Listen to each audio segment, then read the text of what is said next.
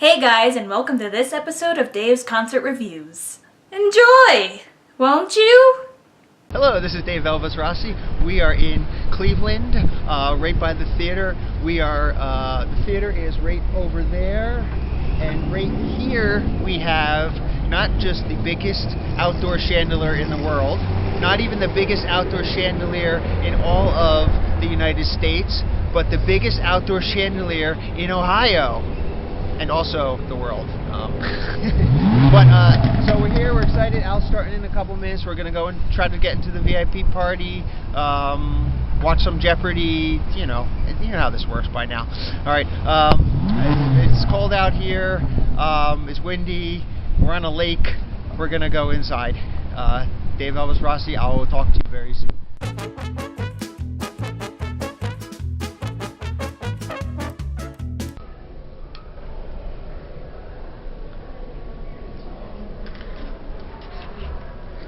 Ready? Oh, yeah, sorry. Sorry. All right. So, this is Dave Elvis Rossi for YNN. I am here with Marc, who is a Presbyterian minister and a host of a podcast. What is your podcast name, Marc? It's called Cringe. It's a very silly little podcast. Host of the Very Silly Cringe. Okay. So Marc, we're here on a segment on YNN I call a 3-question interview. I'm going to ask you 3 questions. I don't know what they are yet, but that's what makes this fun. Sounds great, Dave. All right. So, Marc, on your podcast, you interviewed several band members. Sure. Would you like to just tell us kind of your experience, what you went through to contact these band members and talk of what if they said anything to you, or have any stories you want to share about that? Sure. I contacted a couple members of the band, and I said, "Would you be on my podcast?" And they said, "Sure." And then they were. It was a lot of fun. It was great. They were really nice. That's very cool. All right. So, question number 2. This is a tour of all Weird Al original songs. Yeah. Okay, right? So I'd just like to know, what is your favorite Weird Al original song and why? My favorite Weird Al original song is Frank's 2000-inch TV because I love the harmonies on that song, and the guitar is very REM-like, and that's my favorite original. And that was my first Weird Al album, was Alapalooza, too. Oh, Alapalooza, good album. And now you know Alapalooza because you just heard this has it has 2 album covers. I didn't know that. Oh! Al trivia that I learned tonight. Yes, Alapalooza is the 2 variations of the covers, and they are the red cover and the yellow background is Alapalooza. I didn't know that. So you go home and you check and see which one you have. I was very mine was, I think it basically looked like the Jurassic Park logo, except it had a Weird Al space instead of a T-Rex's space. Yeah, well that's the same on both of them. Oh, but it's the background color behind that. Okay. So you go home and you check and you get back to us and you let us know, and we will let the world know which version of Alapalooza you have. They're waiting on bated breath to find out. Oh, we are. Okay, and this is a little personal question I'm going to ask you. Everybody, of course, in the band are wonderful people, including Al. Do you have just a favorite band member or somebody you really love to meet, or just go out to dinner and chat with, or just anything? Do you have a favorite? I do have a favorite band member, and it's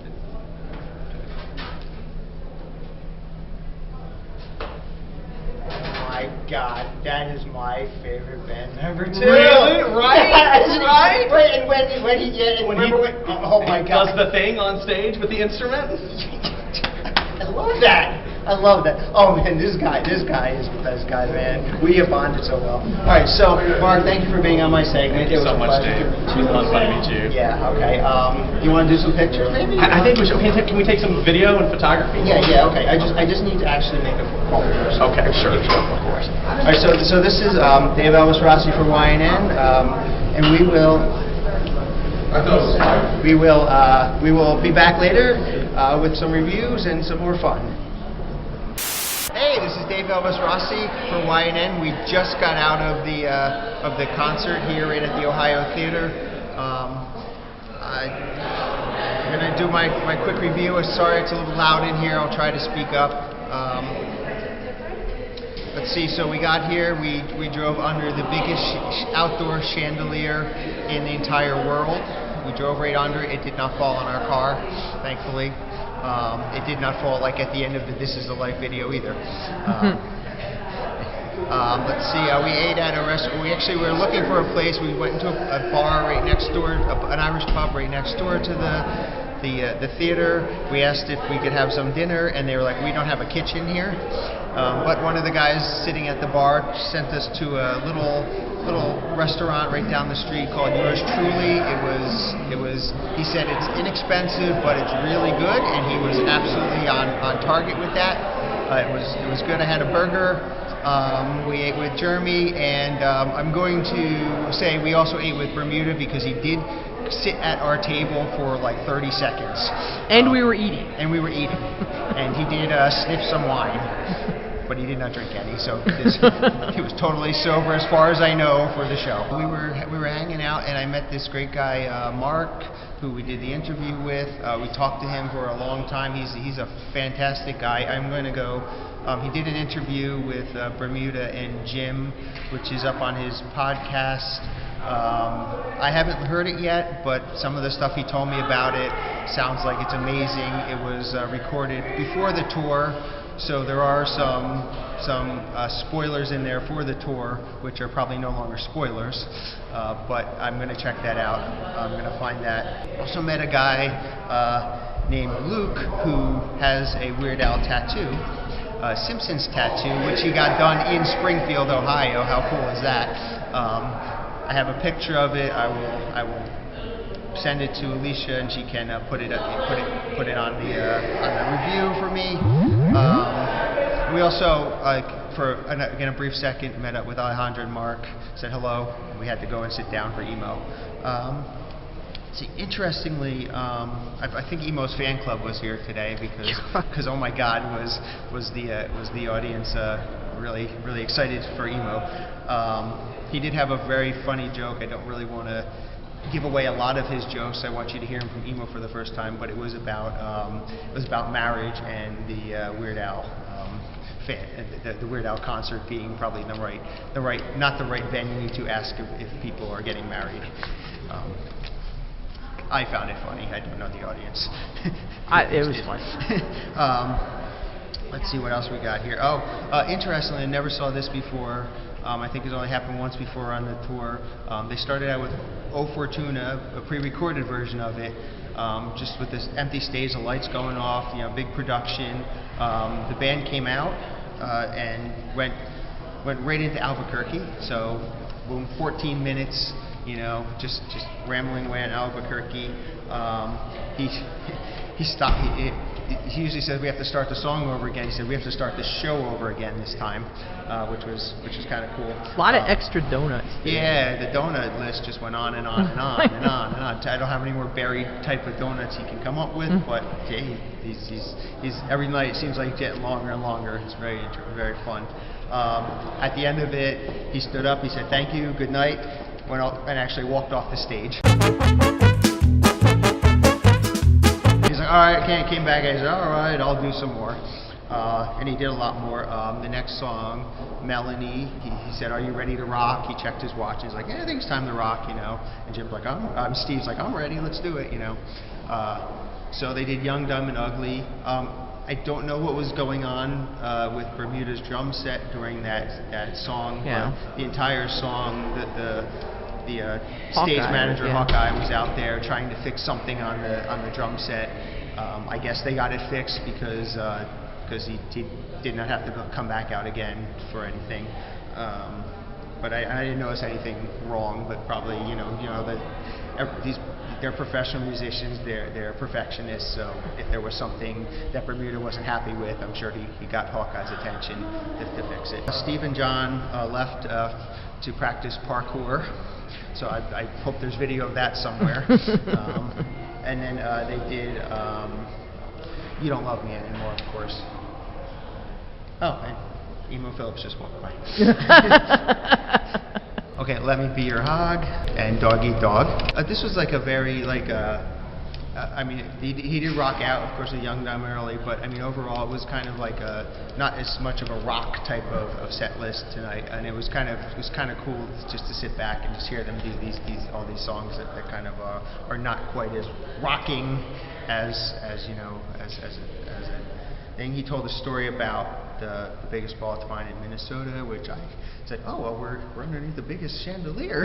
In Ohio. In Ohio, we might as well do a song. But he didn't say that, but, you know, I was thinking that. I was thinking that. I said to myself. He did Midnight Star, which, I don't know if I knew this or not, but he wasn't 100% sure, but he was pretty sure that he took all those headlines directly from Weekly World News, or The Inquirer, which was this song was based on. So anybody who's a hoarder and has all the Weekly World News magazine or newspapers around, I'd love for you to go through them and clip out all the headlines, and we can create a video or something of real headlines from the song.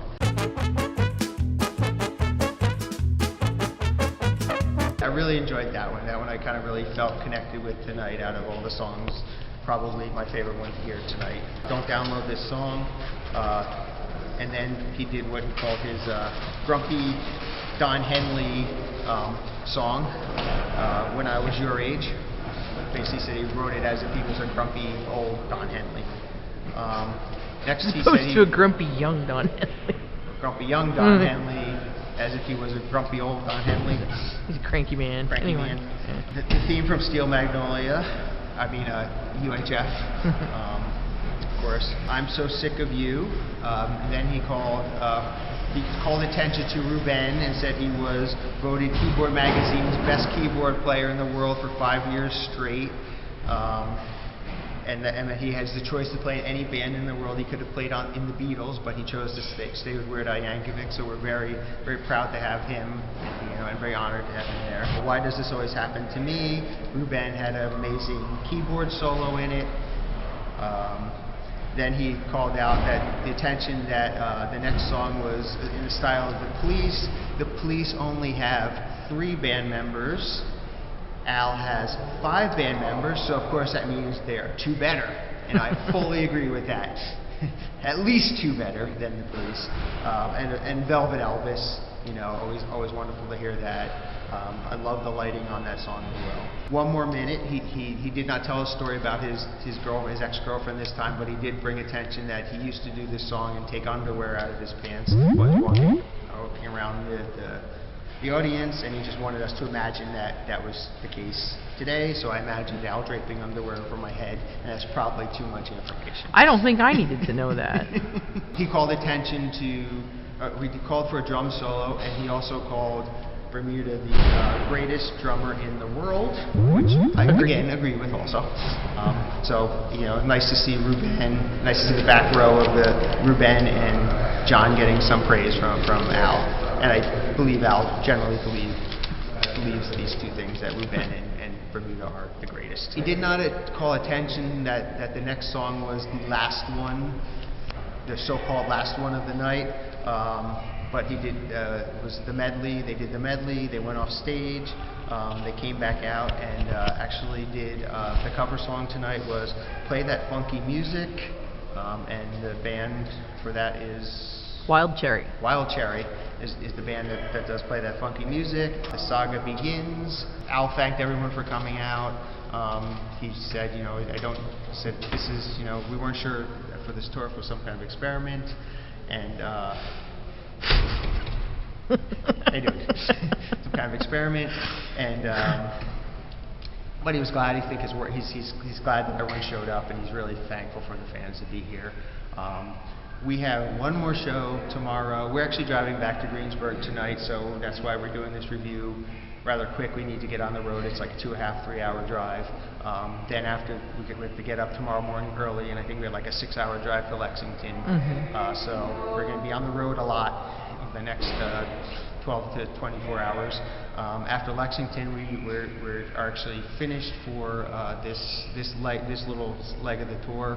I do want to point out that trying to interview as many fans as possible due to the location. You know, sometimes where I'm meeting them is very loud. There's other things going on. I'm not always able to interview everybody I meet and see. So if you do want an interview with me, or you do want to do a little fun little segment or something, just let me know, and I will find a way to do it. Here's our favorite guy with no photographers.